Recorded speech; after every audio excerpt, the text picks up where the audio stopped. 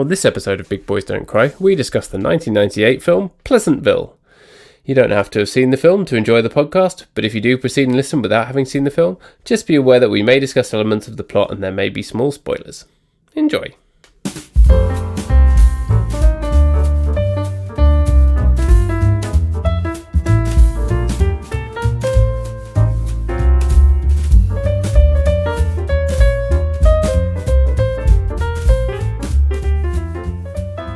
Pleasantville, it's Pleasantville.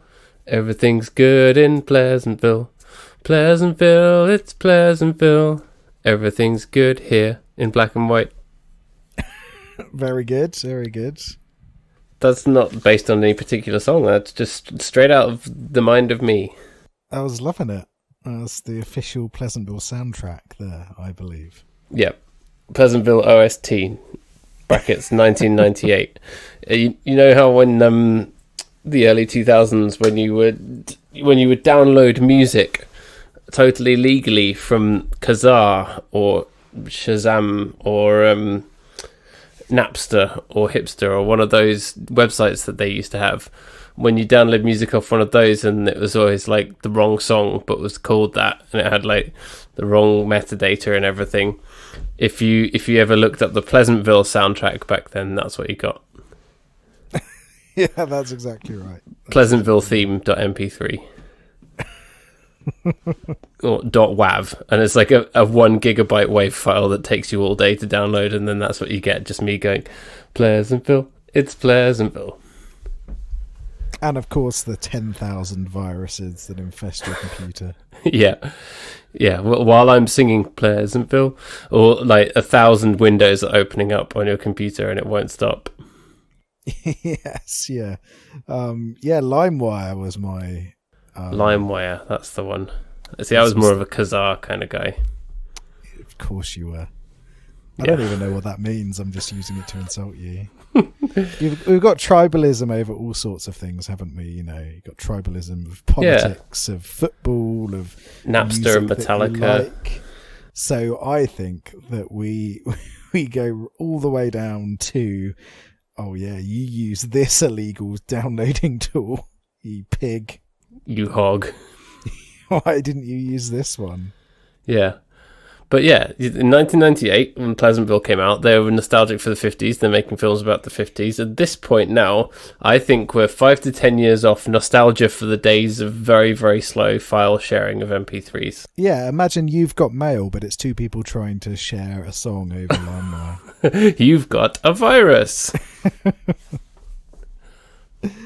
Yeah, beautiful. I reckon that could happen, couldn't it? I think that would work really, really well. Film about illegal file sharing, and there's people like Meat, and they're sharing the two like people who are sharing the most files over the illegal network and their usernames. They're leaving like little romantic notes for each other in just like the metadata of the files. Yeah, no, that would be great. Until Metallica comes and shuts it all down.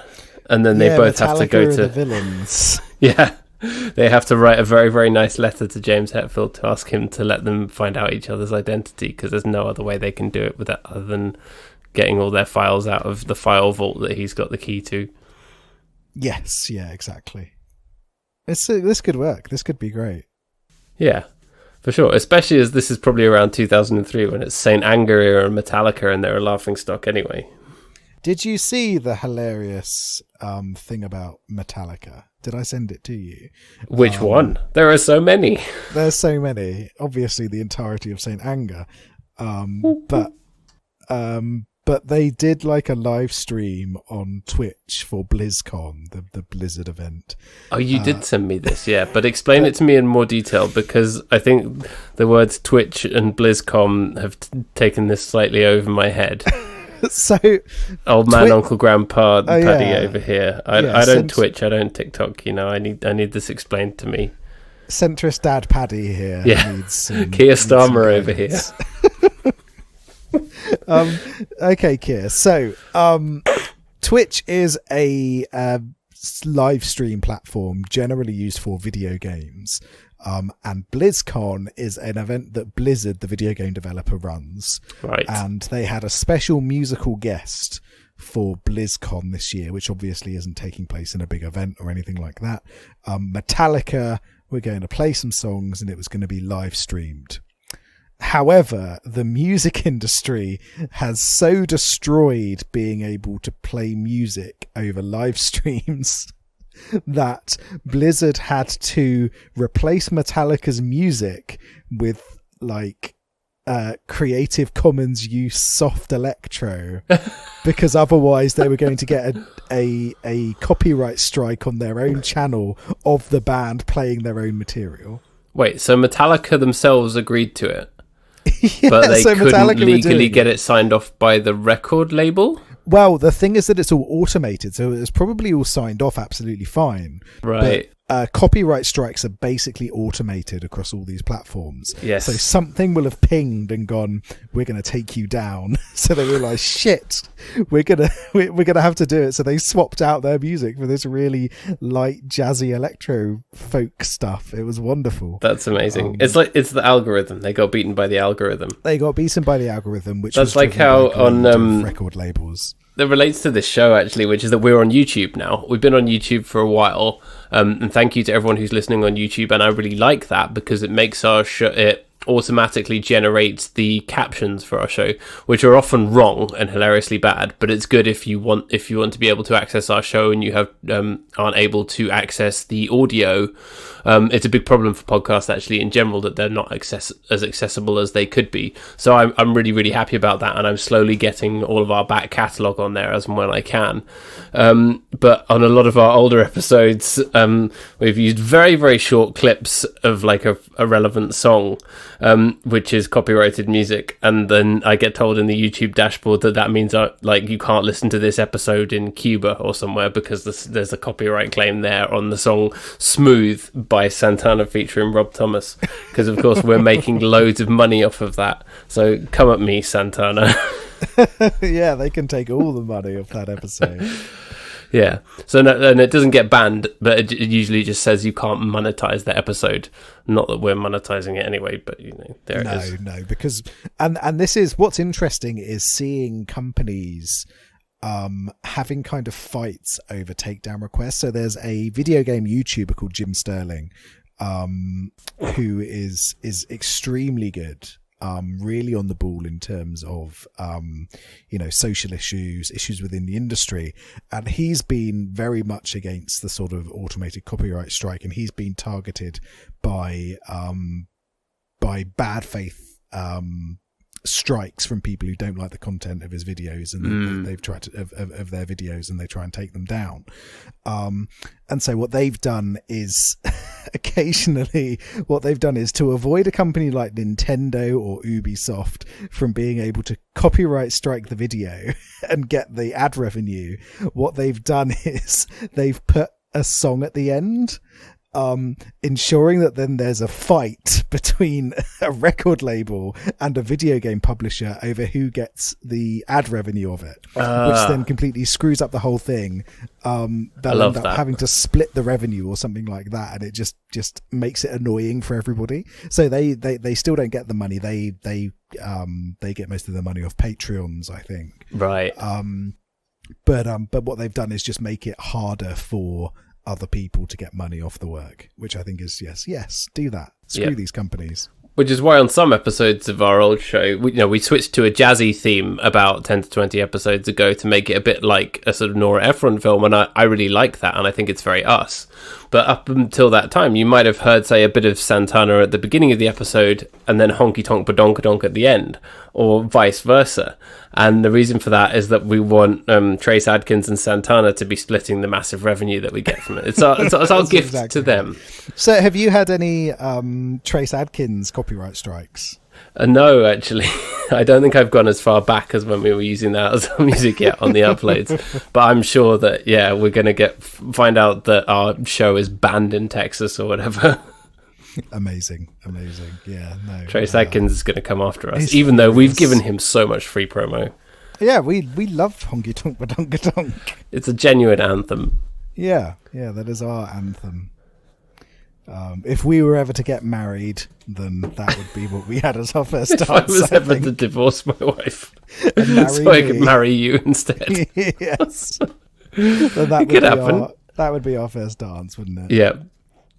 The dancey version as well. Oh yeah, of course, not the country version. And you do the intro where it starts with him saying, "Now you know, you boys, you know this is our favourite song, right?" Exactly. Yeah. If you don't know the song "Honky Tonk Badonkadonk," if you're new to this show, it used to be our theme music. It's a country pop dance rap hit about an arse. Yeah.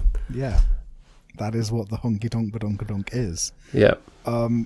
Anyway, right. So this week we watched a movie just for a change. Yeah. There's no Honky Tonk Badonkadonk in Pleasantville. There is not, but what you do have is interesting art styles and stuff. So had you seen Pleasantville before? I had never seen this film before. No. I was aware of it vaguely, but I didn't really even know what it was fully about. I just knew that it was in black and white, or at least as I now know, some of it was in black and white, and that it was some sort of nostalgic film that I think was a bit of a cult classic that some people seem to really, really like, but generally was a bit under the radar.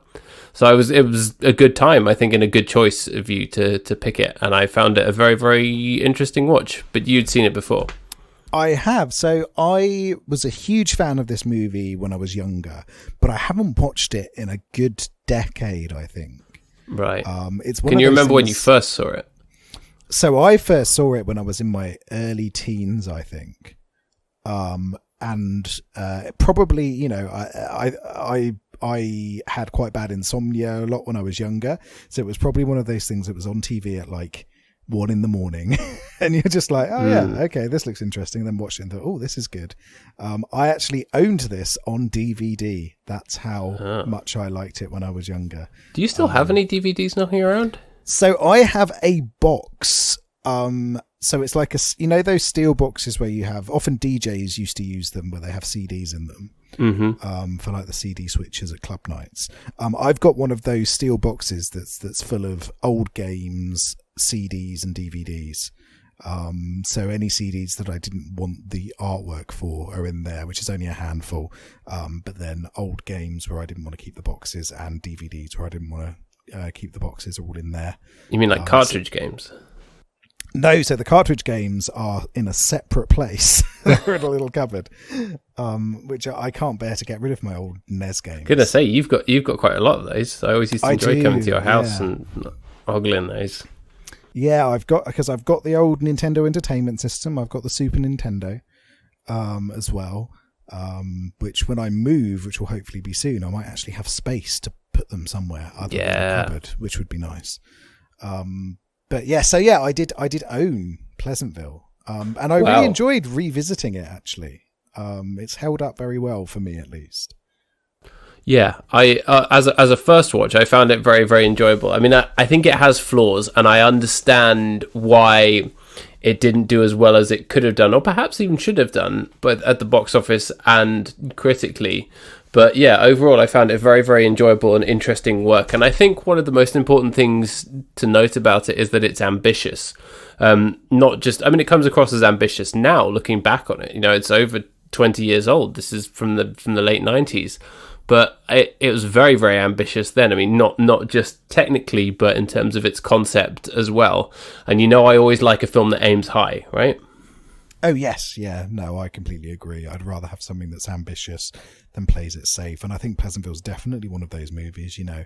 And like you said, it's not just from a technical perspective. So obviously, you know, the big pull of this movie is it's in black and white, but then colour appears. Ooh. And that's the big sort of visual allure of the film, as it were. Yeah, and I didn't realise they shot it in black and white. No, sorry, they shot it in colour and then removed the colour from all the like hundreds of thousands of frames individually.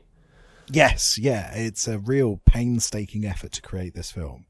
And I think they often use things like green makeup that they could green screen, for instance. So yeah. In those scenes, you know, there's these very powerful scenes where the mother is putting on makeup to cover up the fact that she's gained colour.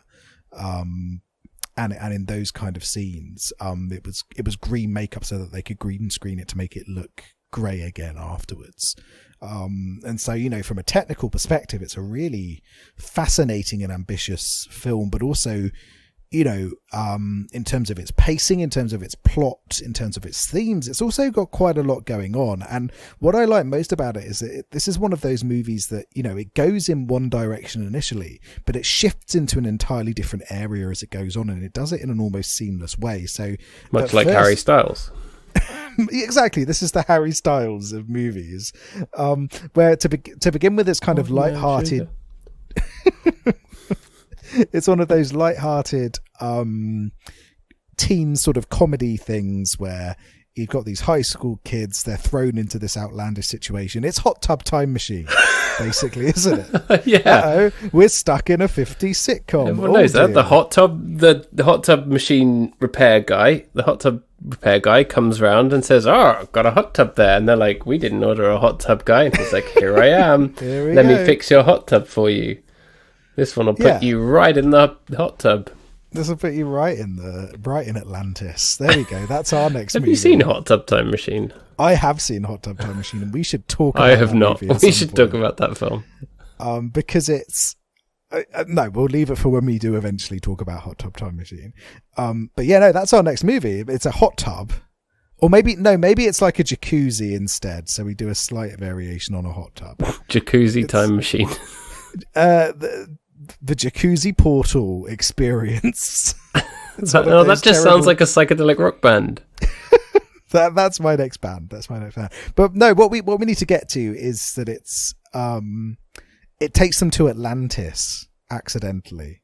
So it's like they go in the hot tub and they press the button and the bubbles come up and it's like, oh, these bubbles are a bit much, and then it like sucks them down and they go into Atlantis and have an adventure. That's what our version of this movie would be. Yeah. But yeah, it kind of begins like that, doesn't it? That it's this zany premise. It's like, oh, they've been pulled into the TV. What hijinks are going to happen? And you get all of those sort of funny bits where Reese Witherspoon's character Jennifer, she introduces sex to them for the first time, and obviously it's all sort of played for laughs. But then the thematic element of it slowly creeps in. And it really grabs you, and it becomes by the end a much more serious film that talks about more serious issues. And I really love the way that it managed to do that. And it doesn't always land. There are some issues with this movie. But the fact that it tried to talk about something important through this premise, while still maintaining that real visual power, I think is something that shouldn't be sniffed at. Yeah, and it is gripping, as you say. It goes in directions that you don't expect it to.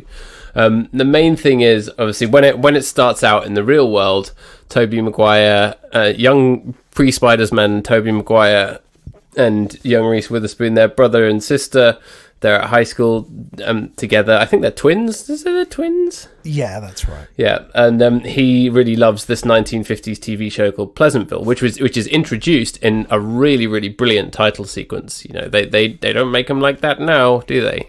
They don't make title sequences like they used to. No, back in my day, it was all the good title sequences, all about the shows, all the great shows. But there's a really great title sequence that introduces the concept of the 1950s show Pleasantville as this sort of suburban nostalgia piece where everything's just fine and perfect. And for some reason that is never, I think, fully explained, 1990s Tobey Maguire is a massive fan of this show. You assume that it's because his life is perhaps a bit chaotic. His parents are divorced. His mum is like on the phone to her dad telling him to F off because she's going to go and spend the weekend with her new boyfriend or whatever. And you assume that it's because he wants that sort of suburban stable ideal that doesn't necessarily exist, but maybe he sees that in the show. But that's never fully explored. So then when he gets sucked into the show, at first he's like, we have to go along with it. And then he changes the most in realizing that actually he does need to change the Pleasantville universe for the better. And the journey that he goes on is very, very interesting and is very, very compelling at the center of this film, even though I think there are some sort of internal logic problems with it. Yeah, for sure. And I think you're completely right about his character, and the motivation behind him liking Pleasantville is that you've got that sequence at the beginning where it almost forms a montage where it's, here's everything that's wrong with the modern day, and it's just beating you over the head with these depressing statistics and everything like that. Where he's almost this microcosm of the idea of looking back at an idealized version of a previous generation and thinking, oh God, it was so much better then. Yeah. And I think we're all guilty of that at some points. I think about sometimes, oh God, it would have been nice to be in a generation where there was more job security. Well, what's hilarious about that montage is it's all, you're going to graduate college and there's going to be no jobs, there's going to be nuclear war, there's going to be this, that, whatever. They thought everything was like the future. They thought the future was bleak in the 90s, and that was like before they even knew about climate change or Elon Musk or any of the stuff that we're having to live through now. So like that's the thing is, it's before the dread that we all feel. This was before the constant war on terror. For instance, it's a different world in 1998, but it kind of taps into the same mentality that people have now. I mean, just look at Brexit Britain, where it's all about harking back to a bygone age when Britain was all powerful. Could you do a Brexit version of Pleasantville? Like a thing where some people fall through a pub toilet and end up in like a idealized colonial army. End up in Dad's army. Yeah. And then they have to liberate all the old men from Dad's army and make them realize that whatever they're saying isn't cool, and that actually all people should be treated equally and stuff. I don't know. It falls through a pub toilet and ends up in Only Fools and Horses, and in cases the shocking realization that actually that show is not very funny anymore. Or perhaps ever was. Come at me, old Brexit man. And I don't mean that in a hashtag cancelled way. It's an incredibly tame show with nothing dangerous about it whatsoever. I mean that I personally do not find it funny. And that's what I find interesting about it. Yeah, but even if the fools weren't horses, I think even if the fools weren't racist, I think the horses were, a little bit close to massively the line. Racist horses. Yeah, I find that a lot of these people, they talk about, all these woke-tivists stopping us from enjoying our old shows. It's like, have you tried watching Fawlty Towers in the year of our Lord 2021? God. It's so fucking boring and so fucking I used to love that show, honestly. When I was a kid, there's a kind of a thing we used to watch as a family and we all thought was really, really funny, and it is like a universal show that everyone knows. But yeah, I don't think I could watch it now. It's just dull more than anything. It's not risque, it's not dangerous in a way that right-wing anti-censorship brigade wants you to think. It's just a bit boring. Like, comedy's moved on. Yeah, I'm someone who watches Monkey Dust and enjoys Monkey Dust. I don't think that Fawlty Towers or Monty Python is going to shock me. No. And I've watched all of these shows. They're just tame by today's standards. I suspect that there's some Monty Python stuff that would hold up, like maybe The Meaning of Life, Life of Brian and stuff. I think some of the film work is probably still very funny. The movies are extremely funny. We watch them on the semi-regular here. John Cleese is a dick, though. He's just he's a gammony old bastard, isn't he? Yeah. He's an old Brexit old man, Uncle Grandpa. But we've kind of... So in the Brexit version of Pleasantville, he can be in it and he can fall through the bar. He falls through the bar and it's like, oh God, I've just realised I was never funny. Oh dear. But interestingly, that kind of falls into one of the main themes of Pleasantville, which is that it talks about media censorship, and censorship isn't what the right-wing media wants us to think it is. It's not people with green hair and nose rings going, you must hashtag cancel Fawlty Towers, we must cancel Dr. Seuss, which is today's one that they're complaining about. Or why? Because people can't get green eggs anymore. I think people have realised, oh wait, Dr. Seuss did a lot of racist shit in the past, which yeah, of course he did. So some places have said, we're probably not going to use his books that much anymore, which is fair enough. Find something better.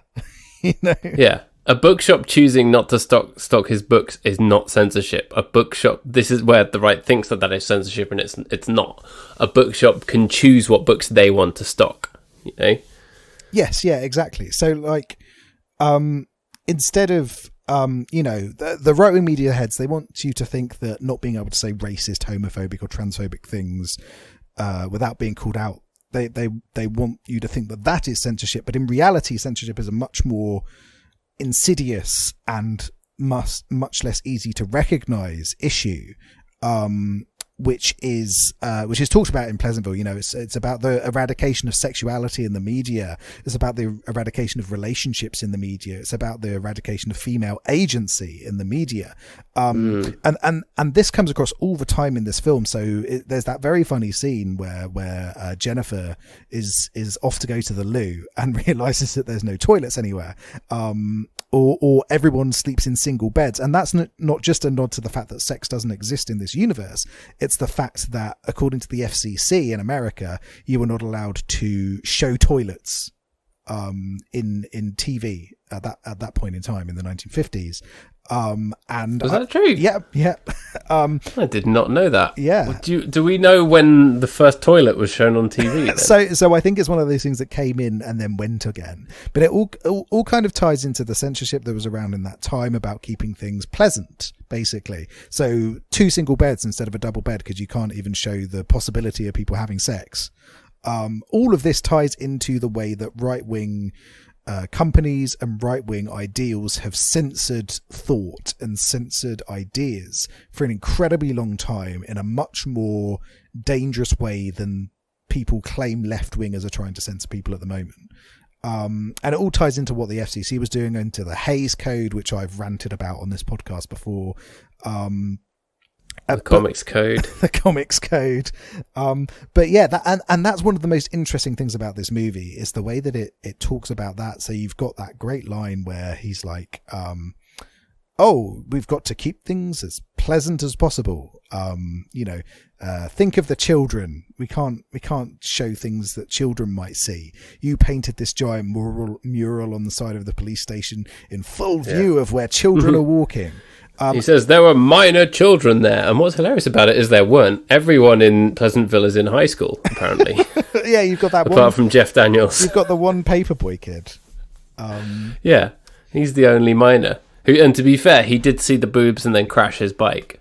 So it wasn't so good for him. No, it wasn't great for him. But yeah, and that's the thing that this movie, although it's kind of a parody, and although it's very much formed in what censorship was like in the 1950s, you see these same methods to undermine people with protected characteristics or to undermine counterculture throughout this movie, and those are the same things that are being used now, where they set out that decree in this movie. So people have started splitting off into Technicolor and monochrome, and monochrome is the prim and proper right-wing traditionalists, and the Technicolor is the burgeoning expression of a younger generation and people who challenge the worldview, people who feel emotion and stuff. Yeah, exactly. And the Mayor Big Bob, he sets out this decree, and one of the things is that they must focus on the non-changist view of history, focusing on continuation rather than alteration.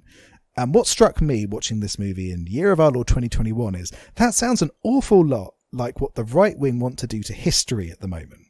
So what they want to do to the National Trust, what they want to do to the curriculum in schools, what they want to do to universities, keeping historical teachings as the propaganda they've often been, rather than offering challenging thought about our heritage and history. Yeah. And they're the ones accusing the left who want to portray things closer to the truth, i.e. we were colonial oppressors when we were this global superpower. They say that we're the ones who are censoring.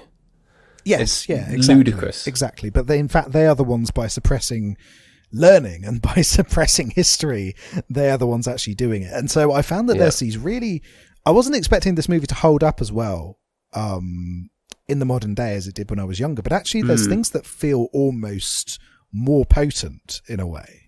It's surprisingly relevant, especially actually, as I said, the stuff how it opens with that kind of the future is looking bleak, so let's look back instead kind of setup. You know, you could easily make this now, couldn't you? In a different way. Yeah, you could. So I think, the Brexit pub toilet is definitely what we want to do. That's our new film. So that's our film. That's our new film. But yeah, so it's a movie that's about media censorship. It's a critique of that nostalgia for the 1950s. It's a critique about the social injustices of that time and how the 50s nostalgia boom kind of avoided all of that, like we talked about on our last week's episode about Greece, where, hey, there was lots of bad stuff going on in the 1950s that you're not talking about here. But also there was a counterculture. So what Pleasantville is trying to do is to present a vision of that without any counterculture, to remind you that actually there was a counterculture at the time. Exactly, yeah. And so, it's an interesting and surprisingly complex movie. You wouldn't necessarily think of it as being complex if you just looked at the first 15 minutes, but it really... No, or at the end, actually, because it ties it up and it ends it in a way that's very, very fitting and quite obvious, but that works, where they're at the town hall meeting and he's been arrested for doing some art on a wall, and he says to Big Bob, "Get angry now, get angry with me, yeah?" And then Big Bob gets angry and he turns into colour, and it's sort of like, yay, everything's in colour because we were all at like emotional and feeling stuff now. And that's like, it's a nice ending, but it works. Yeah, it all wraps itself up. I do think that the end raises a lot of questions. So Reese Witherspoon decides to stay inside the TV universe, which is just so bizarre. She goes very strange decision. She goes off outside of Pleasantville and goes to college in the 1950s. I don't understand how, because she likes books now. She likes books now, and the rest of the world gets created within the TV by them, breaking out and breaking into Technicolor. When everything's in colour, suddenly there are buses in Pleasantville that can take you to other places. Suddenly the Eiffel Tower exists. It's really odd, and it kind of doesn't really explain itself. What's Tobey Maguire going to say to his mum about where his sister is? Where's she gone? It's but it kind of... He doesn't try to persuade her to come back. He's like, things are better here. But also then it's like, well, why wouldn't he stay? He's got it pretty good there. He's like a national treasure. Yeah, he's a little hero of Pleasantville. He's got a nice job. He's the big man on campus. But I guess it ties into their characters. So she's learned that she wants to read. He's learned that he can... She's learned how to read. and he's learned that he can stick up for himself and stop being a creepy weirdo sitting around in a parking lot at the beginning of school talking to himself. It's so it fits into their characters, but from a logic point of view, it doesn't necessarily work, does it? No, and that's the internal logic problem that I think gives it a few marks down, and at times does raise an eyebrow and does distract from the brilliance of the aesthetics of it and the journey that Tobey Maguire's character is going on.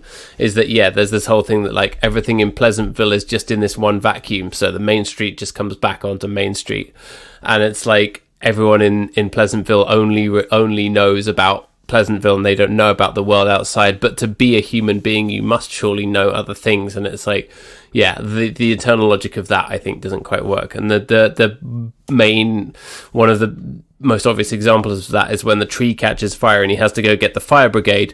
They're called the fire brigade, so surely there's a concept of fire, but when he says fire they don't react. They only react to cat, because the joke is that they only rescue cats from trees, because there's nothing ever catches fire.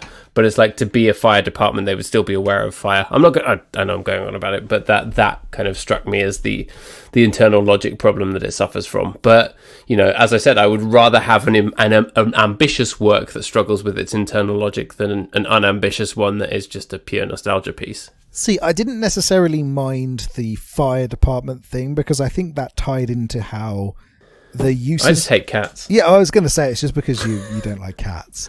If it had been dogs, it would have been fine. And there was a dog. There was the Dalmatian. I hope you saw the Dalmatian. I did. Yeah. But yeah, I didn't mind that because for me, at least, that tied into the continual theme that they use all of the language of the time period, but they've taken all of the venom and danger out of it. So the other example is that they're all aware of the idiom "you can't win them all," but then they think, "Can't win them all." Oh, this must be what, when they finally lose a basketball game, they finally realize, oh, maybe that's what that means. You can't win them all. Oh, and that's why they say that. So that's that kind of thing I didn't mind because I thought that wrapped itself up in its logic of the way that they use language in Pleasantville without any of the connotations that the real world uses. But it was quite clunkily done, I think. I do agree with you on that. Yeah, it's very, very tough to pull off. So it doesn't make it like a bad movie, but it's a funny thing, a funny old thing, the old internal logic. And speaking of funny, I think there's some very funny moments in this movie as well, particularly early on. But even in the more serious moments, I think there are some bits of humour here and there. Reese Witherspoon is often a sort of catalyst for humorous moments, often turning the innocent language of the 50s on its head when she's speaking to other people. She brings the horn. Yeah. She is the entire horn section of this movie because she creates horniness throughout the entirety of Pleasantville on her own. There's that great line where she's like, "Oh, you can pin me anytime you want to Paul Walker," which is wonderful. But there's also humour elsewhere. So can we talk a little bit about Big Bob, who is possibly my favourite character? Yeah, he's kind of a scary guy. So he's like the mayor, who kind of stands up as this idealized version of the traditional male of television and cinema of the time. But he's also very funny. So he's got a couple of great moments where when you first meet him properly, it's in a barber's and he walks in and someone gets up from their seat and is like, "Oh, Big Bob." And it's like, please come and take a seat. And it's like, "Oh, I couldn't possibly take your seat," he says, as he goes and sits down in the chair, and proceeds to get shaved. It's brilliant. And the guy's halfway through getting a haircut. He's getting a geek pie. Yeah, getting a geek pie. And then there's another great bit where later on, and I can't even remember the context, but I wrote it down because it made me laugh, where he's like, "Oh, we're safer now. Thank goodness we're in a bowling alley." Yeah, that really made me laugh as well. So Big Bob is this great character. He's kind of the antagonist, played by J.T. Walsh, who actually died before the film released, but then was honoured in the film's credits. They dedicated it to him, yes, didn't they? yeah. And he's a great character actor. He's been in all sorts of other stuff over the years, but he's wonderful in this. Not necessarily as the villain, because although he's the antagonist, the villain really in Pleasantville is the structure of Pleasantville. Much like in real life, we've got structural issues which cause a lot of the problems. Capitalism, basically, is the structural issue that causes a lot of our woes and institutional racism and things like that. And so Pleasantville itself is the structure, and he kind of is this embodiment of that. So, being pleasant is the villain in Pleasantville. It's all about keeping things as pleasant as possible, but doing so in a way that inhibits the well-being of the majority of the people of the town. And his character is this perfect little moment of that, this little piece of that, which you can kind of grab onto and think, yeah, this is what's wrong with this idea about society almost. Yeah, for sure. And it wants you to realise that part of that structural problem is weaponized nostalgia, but it doesn't go too heavy on that. But it still says, here is this nostalgia for the 50s. Now that you're in it, it needs to change, which I think is good. Yes, yeah, I think it's a positive message. It's, just by keeping things tame and keeping things how the heavily restricted messages of previous generations' media wanted it to be, that's not a way to create a healthy society. Which I think is a really interesting message to put forward in a film, and it's done quite impactfully as well, I'd say. Yeah, for sure. I would say though, my main criticism of this movie, beyond I don't necessarily mind about the logic flaws. I can overlook that. I did find that some of the metaphors were a bit on the nose, and sometimes something blunt gets the job done. And I think a lot of the time in this movie, the bluntness of it works, but there are a couple of moments where they do things like they use the word coloured, and it's like, yeah, you didn't need to do that. And it makes the connotation of that. It's like 2 scenes, but it's like, oh, really? Yeah, you're going to go as obvious as that? And if you're going to go as obvious as that, there aren't any black people in this movie. I don't even think any extras in the modern day scenes.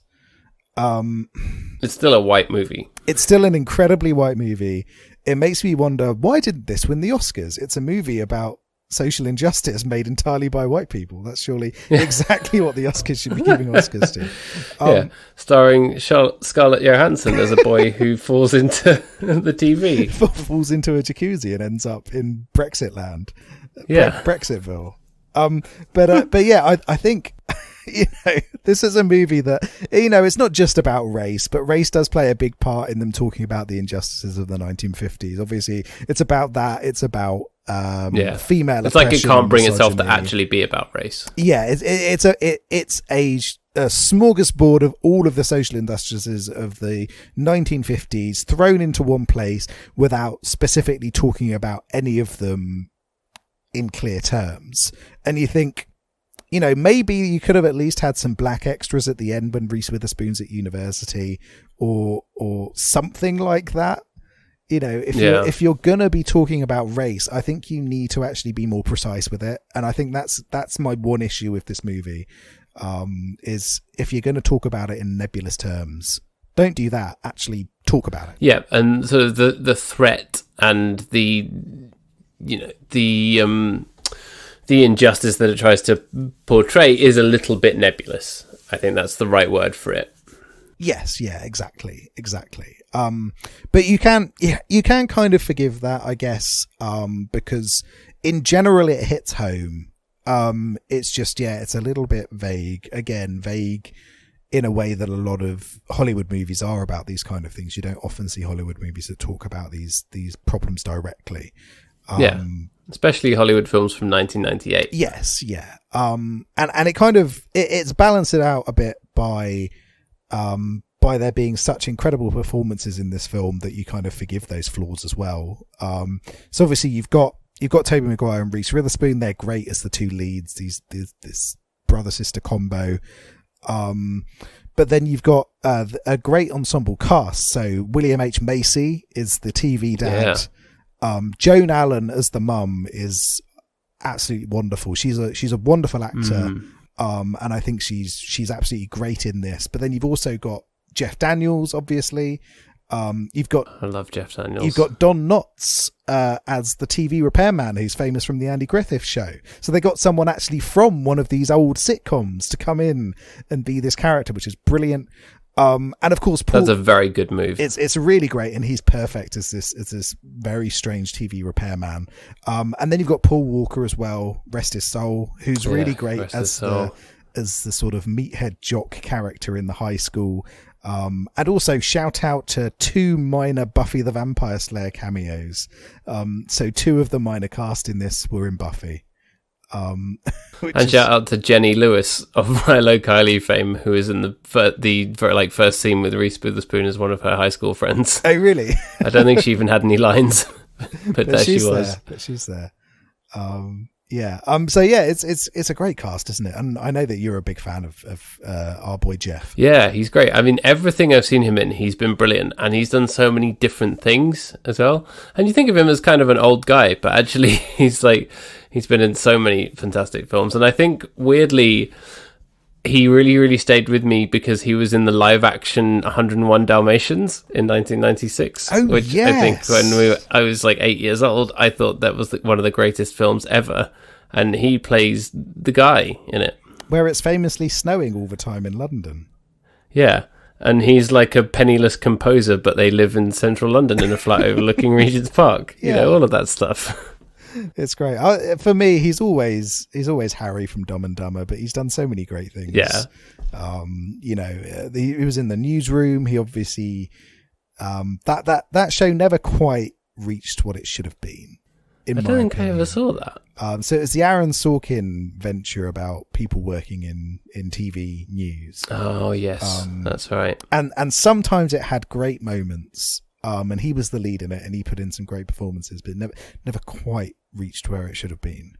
But yeah, obviously the most famous and most important job he had was voicing the character of Zartog in the movie Space Chimps. Obviously, yeah. Everyone knows that one. Everyone knows that. And also being Keanu Reeves' partner in the original Speed. The bus that couldn't slow down. Also playing a character called Harry. Have you ever watched Speed? I don't think I ever have. Oh, man. I'm aware of it, obviously. It's the bus that couldn't slow down. It's the bus that couldn't slow down. Yeah. It is. Maybe we should watch it. I mean, there is romance in it. It's super good. I really love Speed. I think it's a great movie. But and Speed 2 Cruise Control. Yeah, which is I've never seen that, but the tagline always stayed with me. That is a very bad movie, but it does have Willem Dafoe in an excellent performance as the villain. He's always the villain in everything. He's like the sort of anti-William H. Macy, isn't he? Yeah, it's the William and Willem. Yeah, Willem Dafoe and Willem Defriend. You can't. They should be in a movie together if they've not, where they could play. They could do Dr. Jekyll and Mr. Hyde, couldn't they? That would be awesome. I would love that. William H. Macy is Dr. Jekyll and Willem Dafoe is Mr. Hyde. That would be great. Why has this not happened yet? Yeah. Netflix, if you're listening. Yeah, Netflix, get in touch. Let's make this happen. Both of them, of course, have starred alongside Tobey Maguire in various films. Yes, yeah. We can get Tobey Maguire in as somebody. I can't remember the plot of Dr. Jekyll and Mr. Hyde in detail. I read it when I was younger, but I can't remember. I'm sure there's other characters. It's not just two people. Yeah, there'll be an assistant. Yeah, exactly. There'll be somebody, won't they? So I also wanted to point out that Pleasantville is directed by our boy Gary Ross. Yeah, I was re-looking at Gary Ross's CV, and it's got a lot of good hits. It's an interesting career because he's, Pleasantville. He's maybe not done anything as interesting or as ambitious as Pleasantville, which is interesting because it was his first movie. But he's had some other decent movies throughout his career. Seabiscuit. It was his first film as a director, but 6 years prior to this, he wrote the film Mr. Baseball, in which Tom Selleck plays baseball, and in which Tom Selleck does do his own baseball. So is his name actually Mr. Baseball? It is, yeah. He's hi, I'm Jonathan Baseball. I'm a player for the Detroit Tigers. I'm Jeff Baseball. Jeff Baseball. Yeah. That's basically it. Don't think I've actually ever seen it, even though I love baseball and I love Tom Selleck. So this is one of those things where I'm always asking myself why I haven't seen that film, and I don't really have a good reason. Well, I know what you're doing this weekend. So he did Seabiscuit. He did the first Hunger Games movie as well, aka the watchable Hunger Games movie. The best one. Yeah. The second one was quite good. It was fine, but it was basically just the first movie over again, wasn't it? Yeah, with some more characters. And then he did Ocean's 8, which I heard was quite good fun. As well, the female-led Ocean's 11. I like that conceptually. I'm sure I would watch it if I was like flicking channels and it was on. Yeah, I've heard it. I don't necessarily think it always works. I don't know if you ever watched the female cast Ghostbusters movie. No, I never did. I'm open to it, of course. It's not like high on my list of priorities, but you're not one of those people that goes, "They've destroyed my childhood by having women." No. It's fine, but it suffers from being made by what's his face? Kevin Feige from Bridesmaids. Paul Feig. Is it Paul? Did I say Kevin? Yeah, Paul Feig. Kevin Feige, you said. Who's Kevin Feige? Kevin Feige? He's a baseball player. Yeah, he is. No, he was the jockey in Seabiscuit. I'm telling you, Kevin Feige is... No, I'm getting him mixed up. He's the guy who currently runs Marvel Studios. Kevin Feige. Right. Paul Kevin Feige. Every fan of comic books knows that. Kevin Feige. He's the Marvel guy. Yeah, Kevin Feige is the guy who does all of the Marvel Studios movies. Right. Paul Feig. Yeah, that's right. He's our Bridesmaids man, and he did Ghostbusters.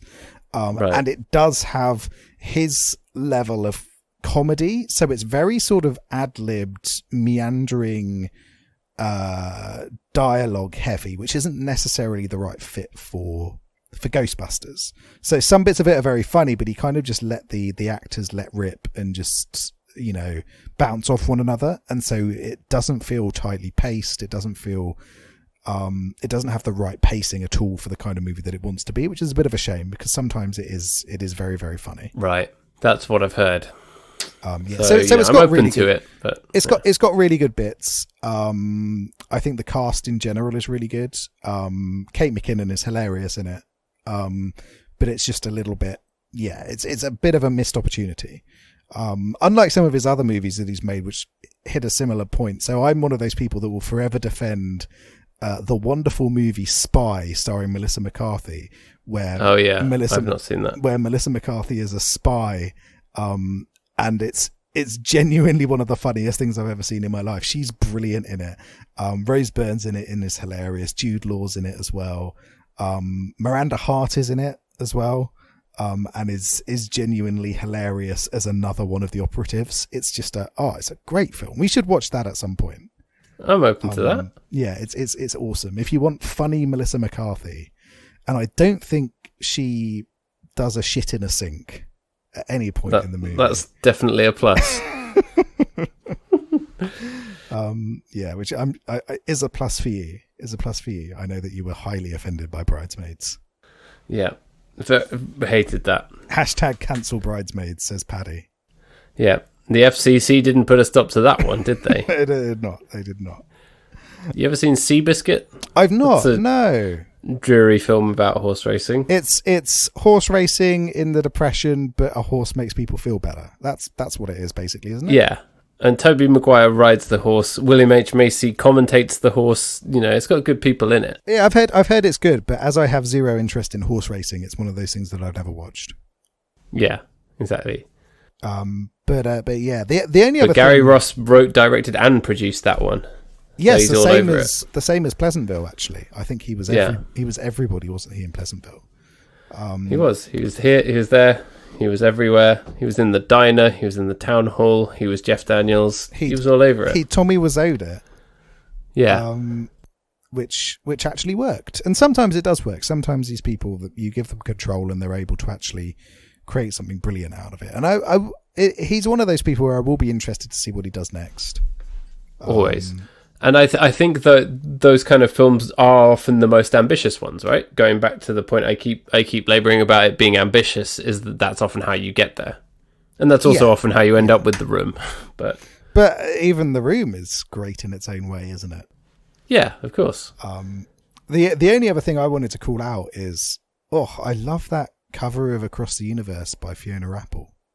Yeah, that's nice. It's so good. It almost makes you forget about the fact that Reese Witherspoon has decided to stay inside the TV universe and go to college there. It does. It nearly makes you forget about that, doesn't it? It's such a good cover version. I think possibly better than the original. Come at me, Beatles fans. Yeah, I think I'd agree. It's as much as I like the Beatles, it's not one of my favourite songs of theirs, but this is the nice version that makes you sit up and go, oh, well. Yes, yeah, exactly. It's not as bad as While My Guitar Gently Weeps, but it's not that good either. Well, I like it. I think it's a really good song. But yeah, While My Guitar Gently Weeps is obviously I'm a big sad boy, whereas Across the Universe is much more. I don't know. It's more. It's not a dirge. No, exactly. So I'm a fan of it. Even if the lyrics kind of remind me a bit of These Words by Natasha Bedingfield. Which, do you know that song, right? These Words? Yeah. fucking dope. It's a song about writing a song. Yeah. It's so good. These words, do. Yeah, that's how it goes. This podcast brought to you by Natasha Bedingfield. Yeah. We've got to get through this. That was her brother. Yeah, but she had to get through it too. She did. Whatever happened to the Bedingfields? I don't know. I hope they're doing well. I hope they're doing well too. They were thoroughly pleasant, to bring it back to the movie that we watched. Yeah, they were. And I think Pleasantville uses its aesthetic well, but also uses the art that it shows well. There's the whole thing with Jeff Daniels and his painting, and Tobey Maguire brings him a book of like famous paintings and art from the library, and it shows all the paintings in colour and stuff. And then he does some paintings, and then the people of the town come and destroy his artwork. And I found that genuinely really, really hard to watch. You know, it hit that emotional button for me. Yeah, definitely. I think it does have that. It has that impact, doesn't it? Yeah. And so, yeah, it has that emotional punch. It's not. It doesn't go where you expect. And I think people who watch this movie for the first time off the back of this podcast, it might, if you watch the first 15 minutes, you're not necessarily going to know where it's going to end up. No, it'll remind you that art is good, sex is good, books are good, college is good, burgers are good, Jeff Daniels is good. Old white men are bad. Old white men are bad. Easy. Yeah. What else do you need to know? Yeah. So no, it does that in a way that, you know, it packages all that stuff up and gives it to you with a nice little emotional punch, which is what you want from an entertaining film, right? Yeah, exactly. It's very neat. In spite of the logical flaws, it does reach a neat little conclusion, which I think is, well done movie. We like it. Yeah, it is neat. It's good. So yeah, have you got anything else you'd like to share about Pleasantville? No, I think I've covered everything. Just that it was unexpectedly horny in parts as well. Yeah, it's got a big horn section, hasn't it? Yeah. Lovers Lane. They all drive their cars down to Lovers Lane. It's got a big old horn section, which we appreciate. Sometimes it's nice to have a movie that remembers that sex is a real thing. And as you say, I think it does hold up quite well and is surprisingly relevant to now, but is also quite different to a lot of films that are around now, and is a nice sort of palate cleanser between us watching a lot of stuff that is kind of part of the Netflix streaming service churn of films. It felt very different from all of that to me as well. Yes, yeah, definitely. And not just because it's from the 90s. No, and I don't think there's much in this movie that has aged, to be honest with you. I think its core premise, I guess maybe they'd be watching it on Netflix instead of a movie marathon, but TV shows still exist. Oh god, and then Netflix would do a thing where you get sucked into the Netflix and like promote all their shows inside it, like they did with The Christmas Prince. Yes, yeah, exactly. Maybe that's what's going on with The Christmas Prince. Oh my god. It's like, yeah, they're stuck inside this Netflix meta universe. Yeah. That's what it is. Hashtag free princess, whatever her name is. Yeah. I really hope they do a fourth one. Yeah, I want that. Come on, let's make it happen. Netflix, get on it.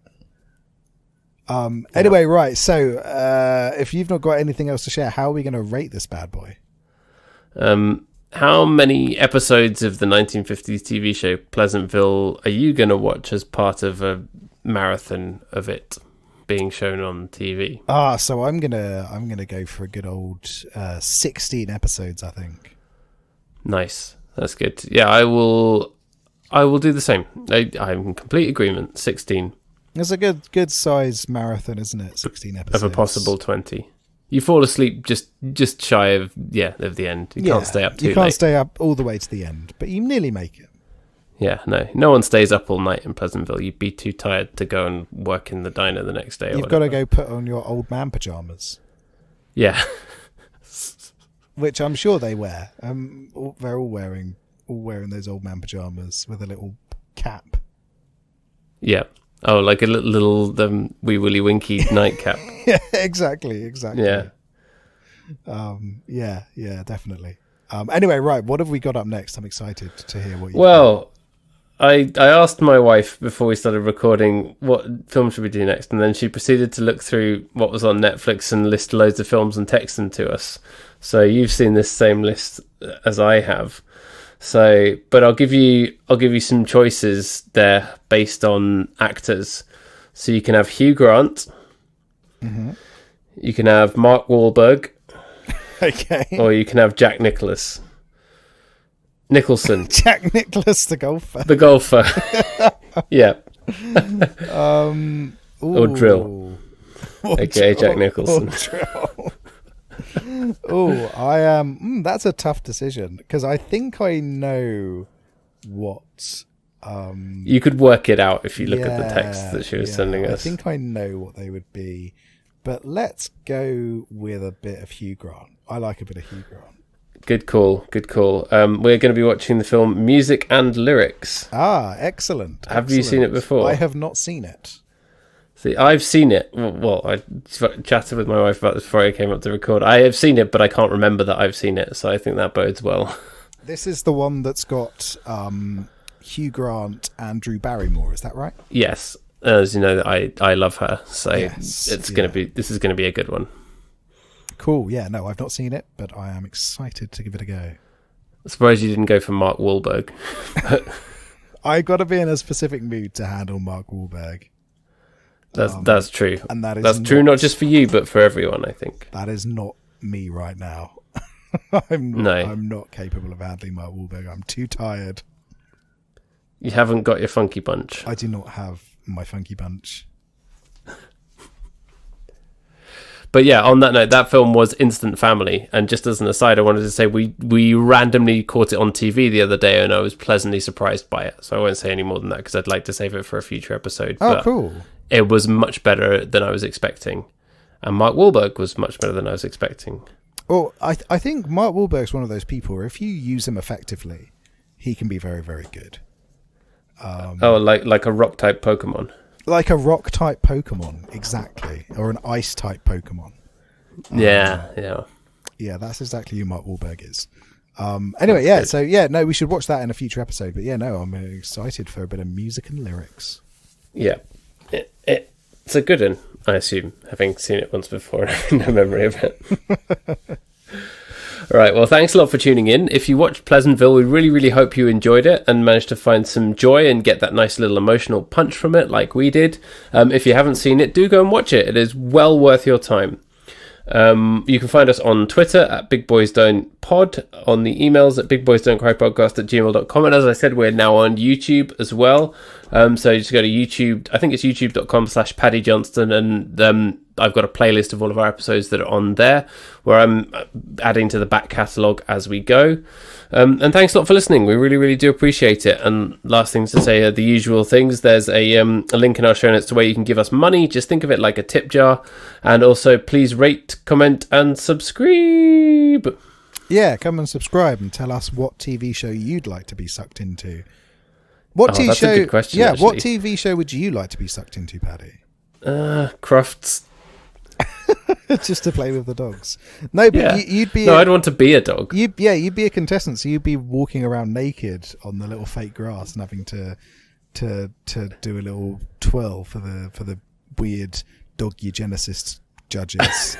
All right, so am I human, but they see me as a dog? But in the film, viewer sees me as like a naked human crawling around pretending to be a dog. Yeah, I think that's exactly what happens. That's really nasty. What about you? What's your choice? Oh God, I have no idea. I've been watching too much horrible shit recently, which I definitely don't want to be in. Like, you mean like EastEnders? Well, we've been watching The Walking Dead, which I definitely don't want to be a part of. Always Sunny in Philadelphia. I probably don't want to be a part of that experience. No, I was going to say, even if you could choose your character, but nobody's good. No. Maybe Country Mac, maybe. Country Mac, maybe. Bob's Burgers, which would be okay, because I'd work in a nice burger restaurant. You could be the burgers. I could be the burgers. I don't know. It's difficult. Mandalorian. I'll be Baby Yoda. Oh, and then I can come too, and I can carry you around in a floating egg. Yes, exactly. Yeah. Or we can both be Jawas. This show is suka, like. Suka. Yeah, Suka. Anyway, right. Yeah. Go watch The Mandalorian. Go watch The Mandalorian. Tell us what show you'd like to be sucked into. Yeah. Let us know. Yep. All right, and we'll be back next week to talk about music and lyrics, the film. I'll be back to talk about music and lyrics, the things. Yeah, the concept. The concept of music and lyrics. All right. Bye-bye. Bye.